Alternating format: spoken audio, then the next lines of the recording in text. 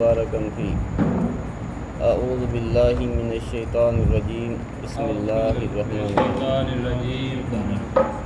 اللہ الرحمن الرحیم ولا تقولن اور مت تم کہو لشیء کسی بھی چیز کے لیے انی فاعل بے شک میں کرنے والا ہوں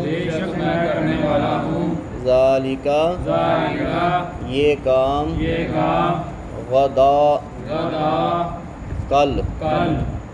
الا مگر ان یشاء اللہ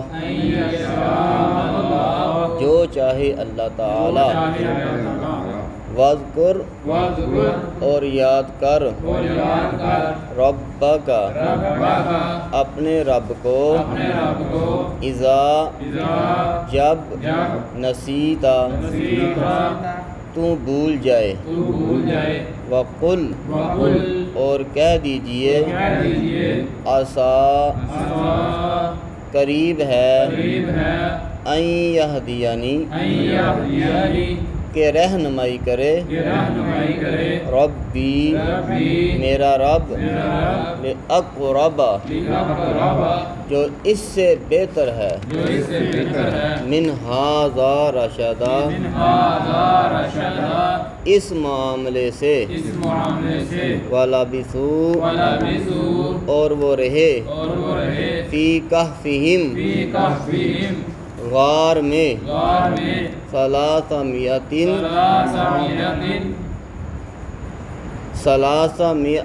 سنین 300 سال ثلاثین مئہ 100 سنین سنہ کی جمع سنین سال 300 سال وَازْدَادُوا تِسْعًا اور زیادہ رہے 9 سال قُلِ اللّٰهُ کہہ دیجئے اللہ تعالی اعلم خوب جانتا ہے بما لبثوا وہ کتنی دیر رہے لہو اسی کے لیے ہے غیب السماوات غیب آسمانوں کا والارض اور زمینوں کا ابصر بھی خوب دیکھنے والا ہے اس کو واسمع اور سننے والا ہے ما لہم نہیں ہے ان کے لیے من دونہ اس کے سوا من ولی کوئی دوست ولا یشرک اور نہ شریک کرو فی حکمہ اس کے حکم میں احدا کسی ایک کو بھی بس ٹھیک اللہ اکبر پیچھے آپ نے سارا واقعہ سنا ہے اصحاب الکہف کا اصحاب کہف کا ماشاءاللہ آپ سن چکے ہوں گے وہ کون تھے اب معاملہ یہ ہوا تھا کہ جب رسول اللہ صلی اللہ علیہ وسلم سے انہوں نے پوچھا تھا کہ اللہ کا رسول اصحاب کہف کون تھے سوال تو انہوں نے کیے تھے نا 3-4 جن میں ایک اصحاب کہف کا تھا ایک سوال اچھا یہ سوال سارے انہوں نے یہودیوں سے پوچھ کے کیے تھے مدینہ کے جو یہودی تھے نا ان سے پوچھ کے کیے تھے اس لیے کہ ان سوالوں کا تعلق پہلی آسمانی کتابوں کے ساتھ تھا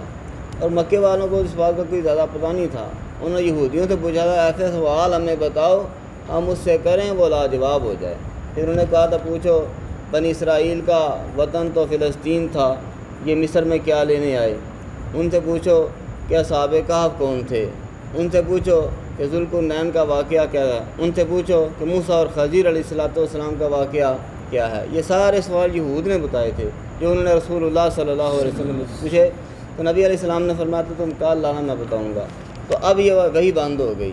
کچھ دن وہی بند رہی پھر وہی نازل ہوئی سارا واقعہ اللہ تبارک و تعالیٰ نے بیان کیا۔ یہاں پہ مکے والوں نے وہ کیا کہتے ہیں کہ مختلف قسم کی انہوں نے افواہیں اڑانا شروع کر دی۔ جب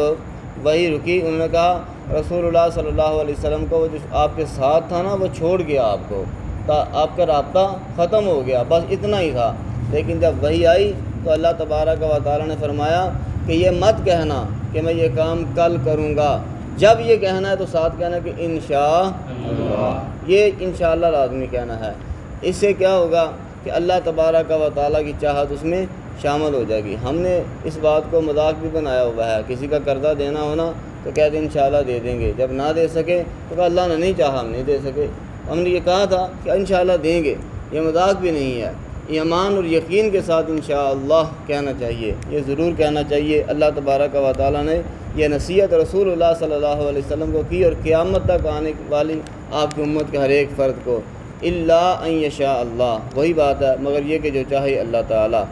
اس کے بعد یہ ہے اگر آپ نے ایک کام کرنے کا کہہ دیا ہے اور بھول گئے ہیں انشاءاللہ کہنا تو اللہ کہتے ہیں واذکر ربک اذا نسیت، جب بھی یاد ہے اس وقت کہہ دو، کوئی بات نہیں ہے، بھول گیا انسان ہے بھول جاتا ہے، جب یاد ہے تب کہہ دو وقل عسیٰ ان یہدینی ربی لاقرب من ھذا رشدا، قریب ہے کہ اللہ تبارک و تعالیٰ اس معاملے سے بہتر معاملہ میرے لیے کرتے۔ بعض اوقات ایسا ہوتا ہے کہ بندے کا کسی معاملے میں کوئی نقصان ہوتا ہے تو بندہ کہتا ہے اگر میں انج کردا تو انج نہیں سی ہونا، انج کردا تو انج ہونا سی۔ رسول اللہ صلی اللہ علیہ وسلم نے فرمایا یہ جو کلمہ نا اللہ والا کہ میں ایسے کرتا یہ شیطان کی گرہ کو کھولتا ہے، شیطان کو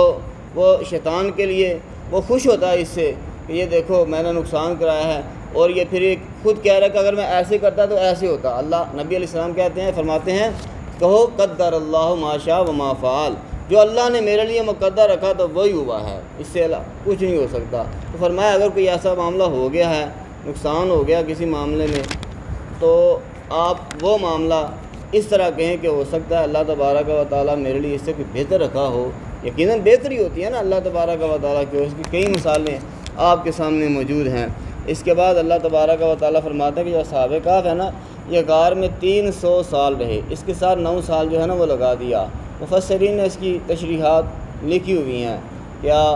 کہ 300 سال شمسی لحاظ سے اور 309 سال قمری لحاظ سے۔ آپ نے دیکھا ہوگا کہ ایک سال میں 10 دن کا فرق پڑتا ہے، چاند کی تاریخ پیچھے آتی ہے ایک سال میں۔ مثلاً کہ اس دفعہ اگر 14 اپریل کو روزہ تھا تو اگلے سال وہ 4-5 کو آ جائے گا، 10 دن کا فرق پڑتا ہے۔ تو 100 سال میں کتنے دن کا فرق پڑتا ہے؟ 3 سال کا۔ 100 سال میں 3 سال کا، تو 300 سال میں کتنا فرق پڑا؟ 9 سال کا۔ 300 قمری شمسی لحاظ سے اور 309 سال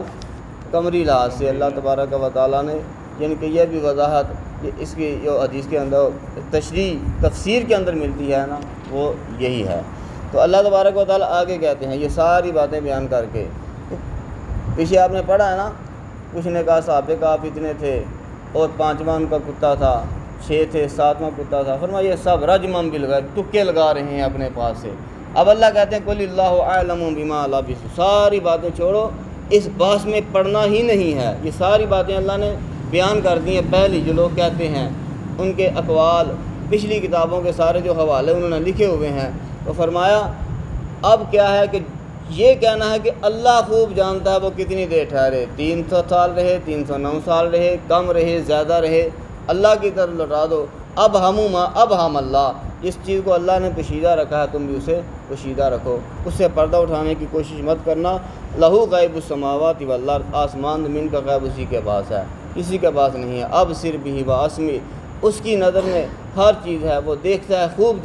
خوب سنتا ہے۔ فرمایا ما لہم من دونہ من ولی ولا یشرک فی حکمہ احدا، اللہ کے سوا ان کا کوئی دوست بھی نہیں، اس لیے اللہ کے ساتھ کسی کو شریک مت ٹھہرانا۔